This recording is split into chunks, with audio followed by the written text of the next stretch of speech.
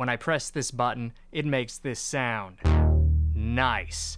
That's what I wanted. A good old-fashioned, one of those, a wub. To make a wub, button press, hand on knob, quick turn. That's all you need. Of course, it matters what knob you turn. It's the cutoff frequency knob of the filter. That literally opens the filter. The cutoff frequency of the filter, it moves when I press the button, when I turn the knob. That filter is opening and closing. Open, close. Or, all of a sudden, it goes from open to close. Real fast. And I can make it take longer if I turn up the decay.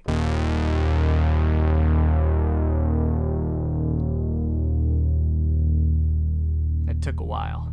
I can make it take a lot shorter too. Doesn't take much time at all now. Nice little notes.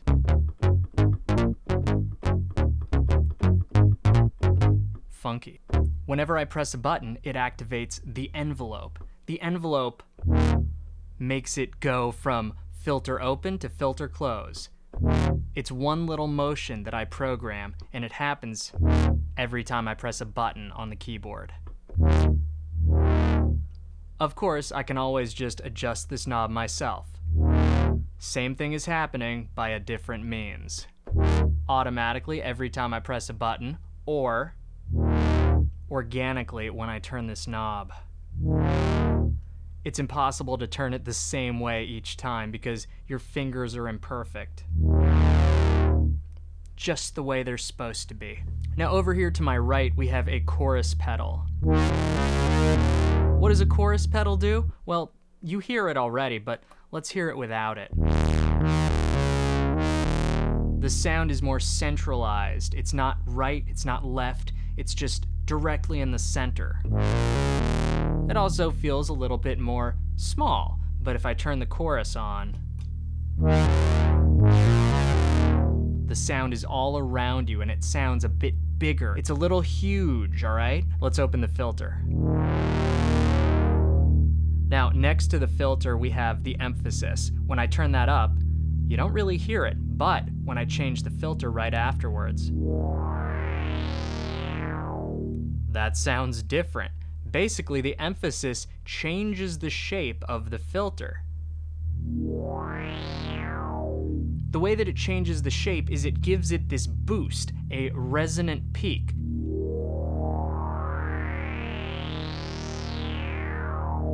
So not only are we filtering out frequencies, we're also boosting the frequencies right next to those. And it sounds so good. It sounds so good. I love the bass, okay? I love it. And this thing plays excellent bass. It can only play one note at a time. If I play another note on the keyboard, it just switches notes. It doesn't play two notes at once. So this is a one-note synth. Well, there is a way to make it play two notes, kind of. Let me turn on a third wave, and I'm gonna turn that wave up. So that's a higher wave now. Now I'm going to tune that wave up. Did you hear that? I'm gonna open the filter so you can really hear it. I'm gonna tune it up even higher.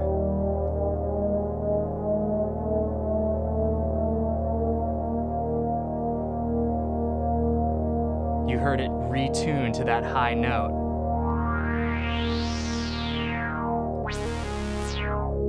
Two notes at once, but only one key at a time. Those two notes are gonna stay the same distance apart no matter which key I hit.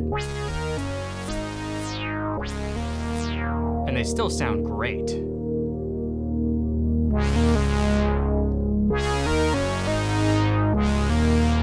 All right, what's next? The LFO. There it is. This is the LFO. It's moving up and down. It's turning that filter knob again, but it's constant. Keeps going in the same pattern. I can make that pattern go faster. Or slower.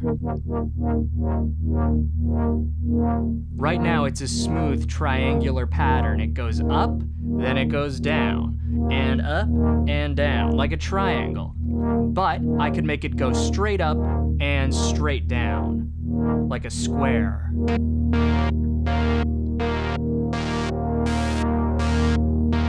And I can make it go faster again.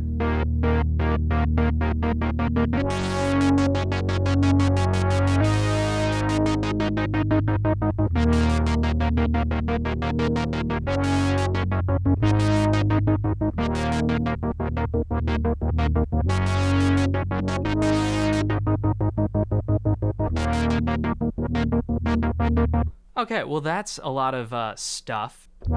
So these are 3 waves making this sound, and it sounds great. But what if we had some noise?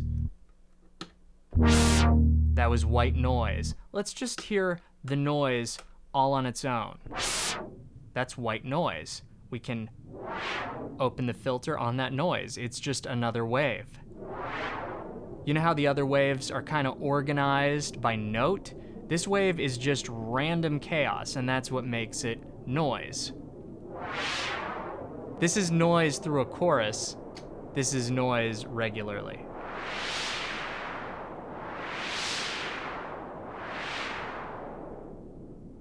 Sounds like the beach. Let's make it into pink noise. It sounds like pink noise has more low end to it. More bass frequencies. Nice. Back to white noise.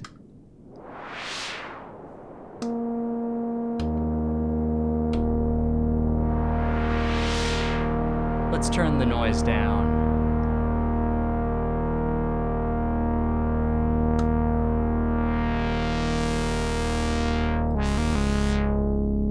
Now, we can also use an arpeggiator. Let's turn the attack all the way down. And we can turn the filter cutoff frequency down. What you're hearing over and over again is the envelope activating that knob motion automatically. So yeah, this is the Model D synthesizer. There's also other waves. So this whole time, I've been showing you the saw wave, but we have other waves, like for example, the square wave. Sounds a little different. Saw, square. Let's turn that wave off and turn the higher wave on and do the same. Saw, square, thinner square, even thinner. I guess at this point it's not a square anymore, it's a pulse.